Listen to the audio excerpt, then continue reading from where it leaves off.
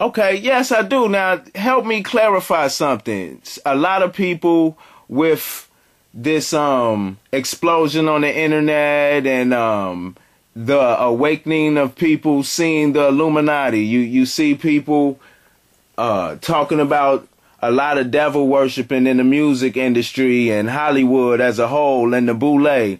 Now, the children are watching this, and some people, whether children or adult, might get it confused. How do you try to discern between the people who are sending messages to warn the people or the people who are just promoting the same agenda?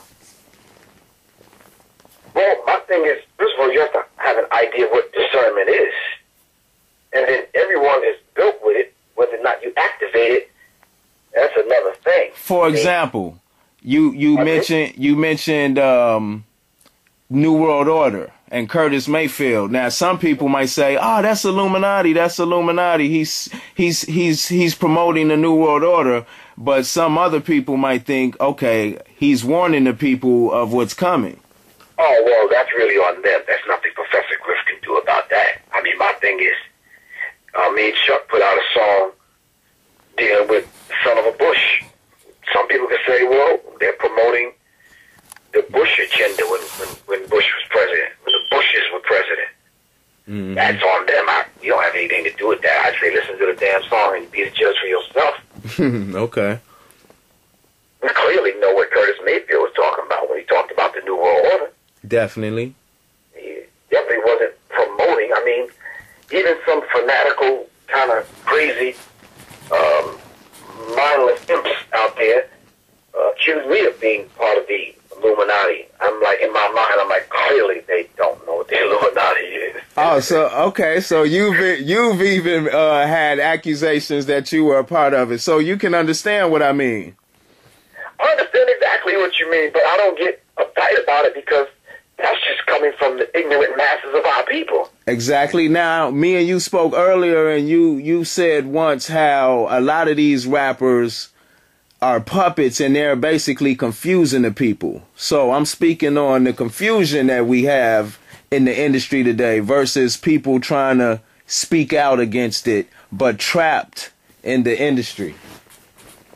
Well, I think there's a lot of people that are trying to speak out, but trapped inside of the wording and the red tape, so to speak, in their contracts. Lupe Fiasco is one of them. Lupe Fiasco is a very good artist, clear as to what he wants to do and what he wants to say. Now, with Atlantic Records, and if you follow that trend, who gave the green light for Lupe Fiasco to even come out, you'll end up on Jay-Z's desk.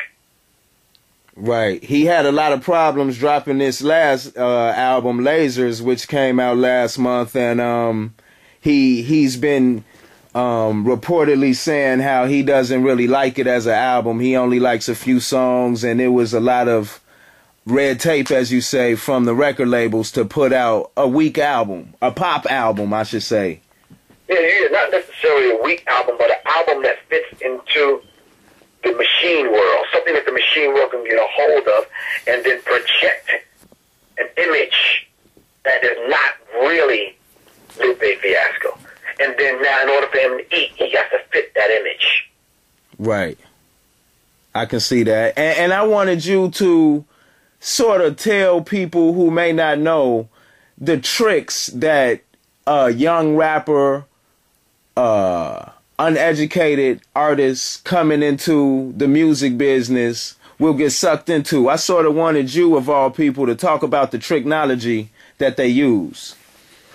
Well, the technology is there, first of all, with the whole idea of, the actual contract. I think before the contract, I think it's the illusion that draws you in to make you think that if you sign with this particular record label, you are going to get these things and live this life. That is the illusion. So those people that are listening that really want to get in the game, so to speak, whatever game that is, because no such thing as the music industry anymore.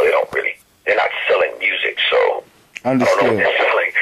So, let me just throw some things at you. Just answer this real quick, all right? All right. How many major slots are there at the top? Can we say maybe 6 to 12 of people that are really getting paid? I would say 3. 3 slots. Can you name the 3 people that are in those slots?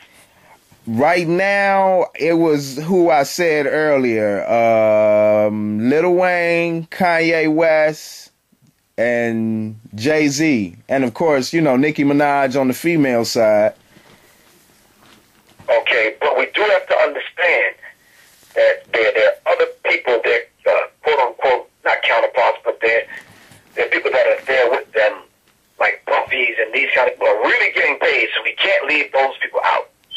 Well, that would be Baby and Jay-Z, because they all are part of either Cash Money or Rockefeller. I don't know, but if you do your homework, Buffy's making a lot of money, dude. Okay, of course, he always fits in nicely right there at the top. So, of course. Right, so then we can honestly say we mentioned about 6 to 8 people. That's why I'm saying comfortably 6 to 12 people, because there's always those people that remain hidden. You're never going to know their names. Are you following? Can I give you an example of that? Yes, sir. How much you think Oprah's worth? Let's say $1 billion, give or take. Who writes Oprah's check? That's the good point. Thank you. That's what I mean. See, these people would never be known. Because It would never be known. some people look at the athletes and they, would say Michael Jordan back in his prime, or LeBron James or Kobe, they getting hundreds of millions, but the owners are getting paid. And then someone owns them. And then the people who own the real estate of the stadium, people never think about that either. People paying rent. You just proved my point. You see, that's why I say it's between maybe 6 to 12 to 15 people that are in those slots. Let's just say it's 15 slots that need to be filled. Right? Okay. Okay, we have an idea of who's filling those slots right now. Right? Right. In the music industry. Got you. How many people are in the music industry? Thousands. Hundreds of thousands. Thank you. Out of the hundreds of thousands of people, 15 slots have to get filled? Come on, man. You do the math.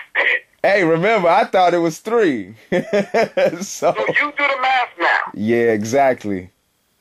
So that young kid just coming out of high school with J. Cole, Yeah, I definitely. think is an ill MC. You understand what I'm saying?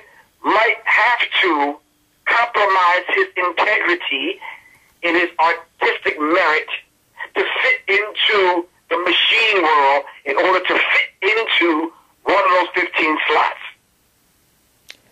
After 3 years, would you recognize J. Cole? Probably not. Would you recognize the Lupe Fiasco? Probably not. Will Nicki Minaj go from being a boyish dyke who likes women into this Barbie doll kind of glamorous looking chick with fake butt and fake tits and that kind of thing? Yeah. Yeah.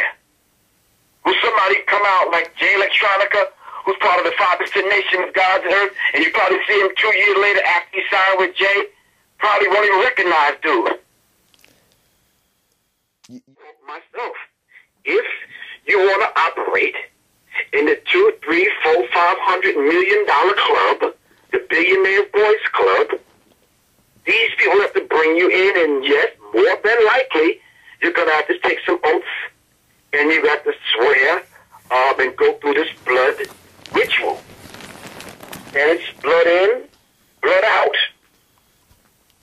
That's just the reality of it.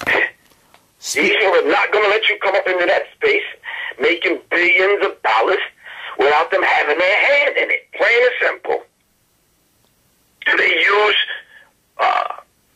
Masonic, occultic, satanic rituals? Of course, yes. Yes. And is it in the music industry as we speak? Yes, it is. Yes, it is. Is every Freemason or every Mason a Satanist? No. Does every Mason know what I'm talking about? No. Does everyone that come into the music industry that's on their way up, like Ludacris and some other people, have to take the oath? Not necessarily, no, not if they don't choose to. But if you want to operate where the big boys operate, then of course we got to bring you in. It's what you need to do. So you seeing this first? If you want certain doors to open up for you, then yeah, this is the route that you have to go. And of course, you've seen this firsthand.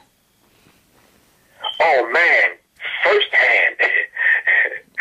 I'm not reading this off no bumper sticker, man, on no damn T-shirt. You understand what I'm saying? Yes, please tell me. I went through this whole thing where I laid out the whole blood sacrifice, and I'm like, well, why did this person die? Why did this person die over here? Why are they connected with that person? I'm connecting the dots. And I'm just saying to myself, something's going on in the music industry. That these people are dying like this, and ain't nobody saying anything. You understand what I'm saying? Mm-hmm. I do. So I just was asking and reaching out to people for people to give me answers. And guess what? Doors got slammed in my face. People were on the hush-hush. And I'm like, oh, okay, I see what's going on now.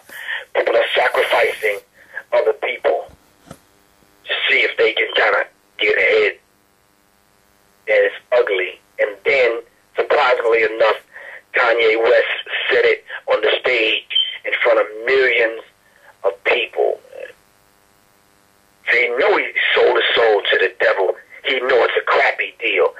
At least he got a few toys and a happy meal. That's Kanye West. I remember when he said that last year. How did that make you feel? Wait a minute. Hold on. So now he said it. Now that proves everything what Professor Griff was saying was correct. One of them actually slipped up and said it. That someone's in the business of selling and buying souls in the music industry. That is demonic. Demonic.